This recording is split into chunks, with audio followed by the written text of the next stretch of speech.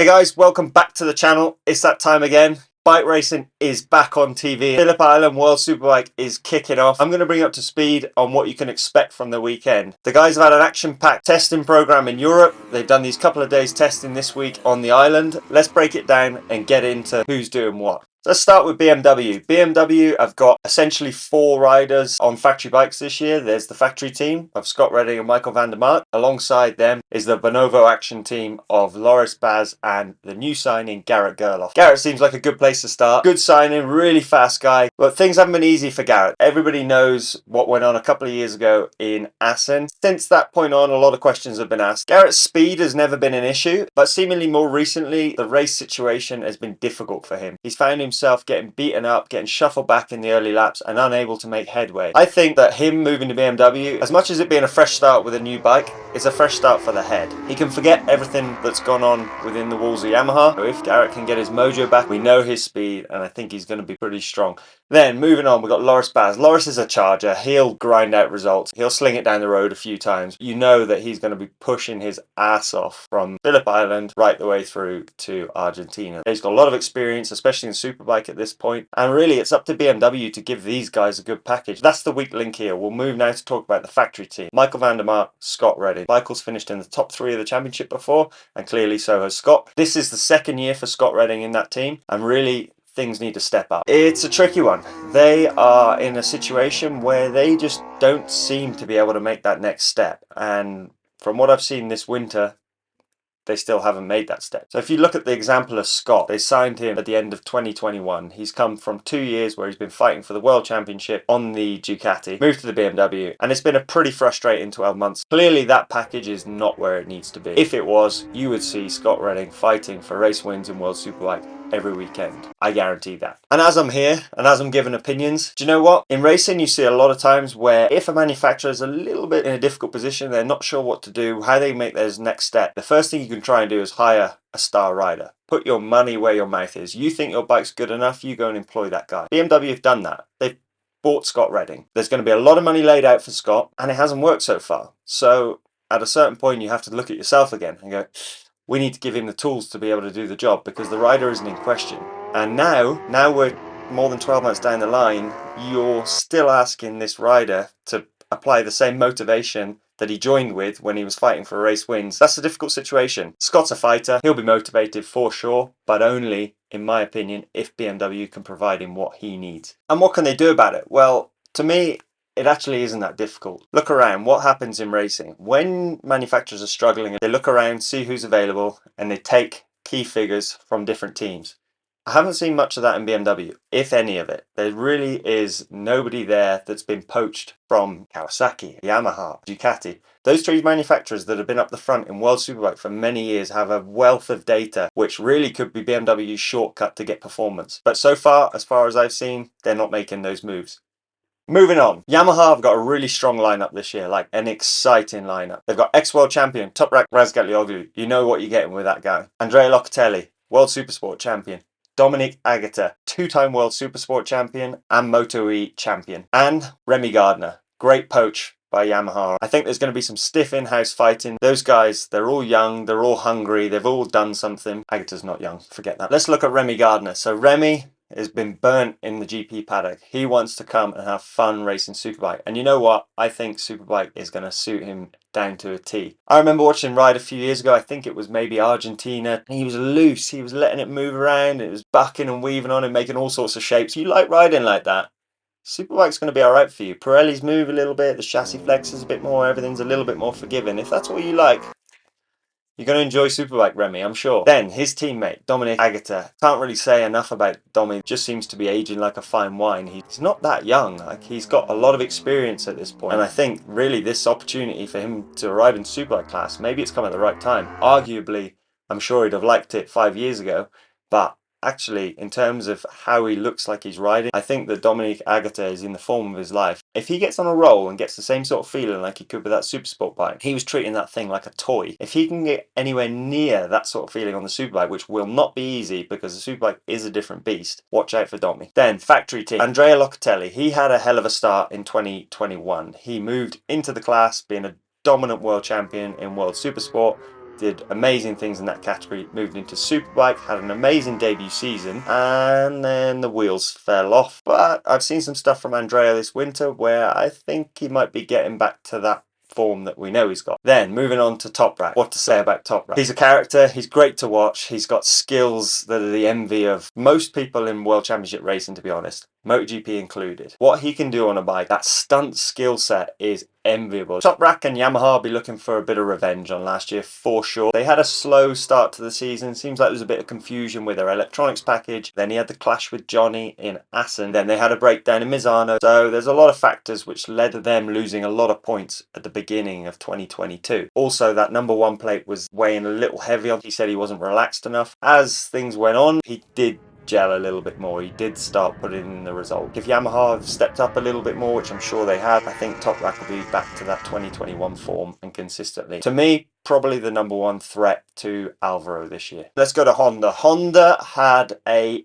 interesting year last year. It was okay at times. Both Xavi Vieja and Iker Lecuona were both pushing each other. Two young riders. They're both hungry. They're good team partnership in there. But then the question is, where's that Honda at? It's difficult to say. You know, the thing's fast. It doesn't look like the easiest bike to manage over race distance, but it definitely has the power. That Honda team is as factory as anything. The effort going into that is huge. We know the power of Honda and we know what they can do. They've been on a bit of a learning process, I feel. They've come back into the championship a couple of years ago where they're coming from what is predominantly a bike that's set up for Bridgestones in Japan onto Pirelli tyres. That's a completely different kettle of fish, which maybe even they underestimated, and they've really had to radically change that CBR 1000 RRRR. And the super concession rule that came in at the end of last year helped them to move the bike in an area which should be a little bit more Pirelli friendly. Basically, to keep it super simple, they need to unload that front tyre a little bit more. The Bridgestone's got a rock hard carcass, it doesn't move. You can load it as much as you want and the thing responds well, it's super precise. With the Pirelli, you put that same weight that you try and do with the Bridgestone,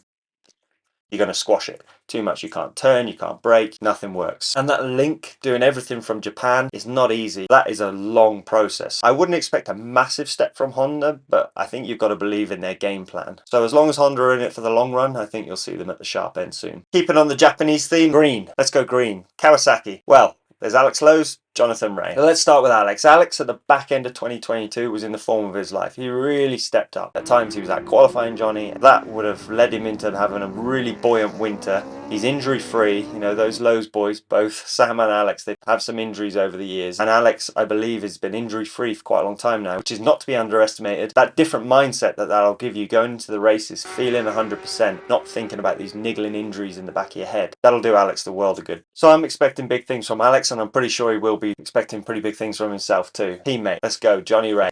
What to say about Johnny? 6-time world champion, been there, done it. What's he still doing out there? What's he still doing out there? Because he is as fired up as he was 15 years ago. And you can see it in him. We've had our Barneys in the past, but respect to the man. He's still lining up. He's still giving it everything. And he doesn't need to. The championship is better off as long as Jonathan Rea stays there, because he will not give up at any point, and that makes for exciting racing, and that's what we want. What can we expect from Johnny? Well, I think the question really lies with Kawasaki and how they're going to improve their engine performance, tyre life in hot conditions. They seem to drop off a little bit last year, so they've got a few question marks about their package, where it seems that they were suffering a little bit at times last year. We know what we can expect from Jonathan, and if the package is there, he's going to be once again right up the sharp end, fighting for wins every weekend. Then, Ducati. Let's start with the private teams. Let's start with Axel Bassani on the Moto Corsa team. Axel's been a standout these last 2 years. Young guy, pretty well unheard of. He's got on the Superbike, and that man has blossomed. I think he's caught a lot of people off guard. He's surprised probably himself, definitely everybody around him. He's not in a big team. It is a private effort. He is relatively inexperienced. So like David and Goliath situation here. How much better can he do? How do you go from cracking a top 5 on a private bike to being on the podium and getting amongst those big trio at the front with a privateer effort? That's a big step to take. And I'm not sure really that there's that capacity in the situation to make that step forward. If Axel just keeps doing what he has done these last 2 years, it's really difficult to see how he could do better, which is unfortunate, because obviously with a guy like that, you'd think that he should get opportunities. Then Petrucci, the fan favourite. It's so cool to have Danilo in the World Superbike paddock. It was a bit unexpected. I thought he would stay in America for another year, but here he is and he's given it a bash. Chapeau to him. MotoGP winner a couple of times, Dakar winner. He's just an all-round brawler and he's going to be a real asset to the championship. Now, what's he going to do in Superbike? Despite the air of expectation around Danilo, which is fair given his CV,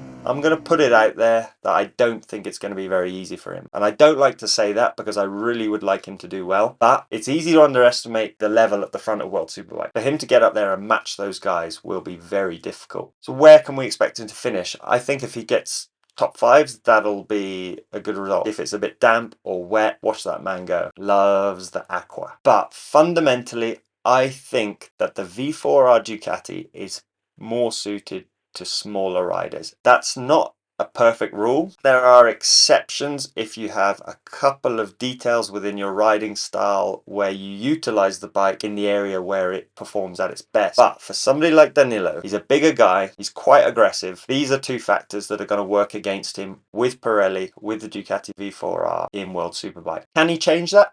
He can, but he needs to understand it soon. He's Danilo Petrucci, for God's sake. Chuck him on anything, he'll get a result. But generally, I think he's going to have his work cut out. The bike he's got is essentially the same as the Aruba team, so it's a pretty well factory bike. The Barney team generally does buy all the material that's available from the factories, so the equipment is not really in question. I do think the determining factor for Danilo's season will be how quick he understands how to get the best out of this package. Let's move to the factory team. The factory team has got the same lineup as last year: Michael Ruben Rinaldi and the world champion Alvaro Bautista. Let's start with Michael's. Since the beginning of his Superbike career, Michael's had flashes of brilliance, and those flashes have come too infrequently. This winter, Michael's really changed his approach. He's really stepped up his game in many different areas. He understands the bike better. He's got the best teammate alongside him. They have a great relationship. He's got the support of all the factory and everybody in the background. We really believe that Michael can join the big three. Can he do it? I really think he can. He's maturing year on year. And don't forget, the fourth best guy last year was Michael Ruben Rinaldi. So if there's one guy that we can pick to join the top three, it should be him. He's got the factory bike, but definitely the expectation from himself and from others. So I really think that Michael can make that step. Last but not least, the world champion Alvaro Bautista.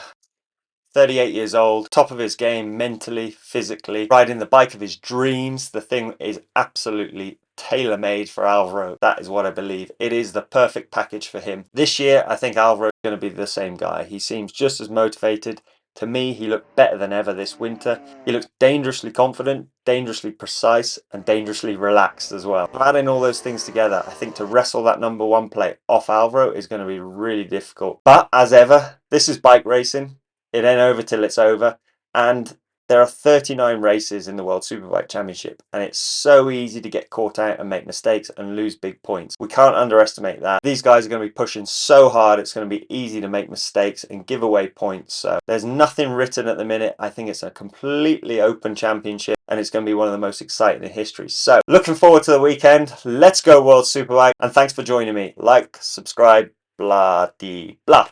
Till next time.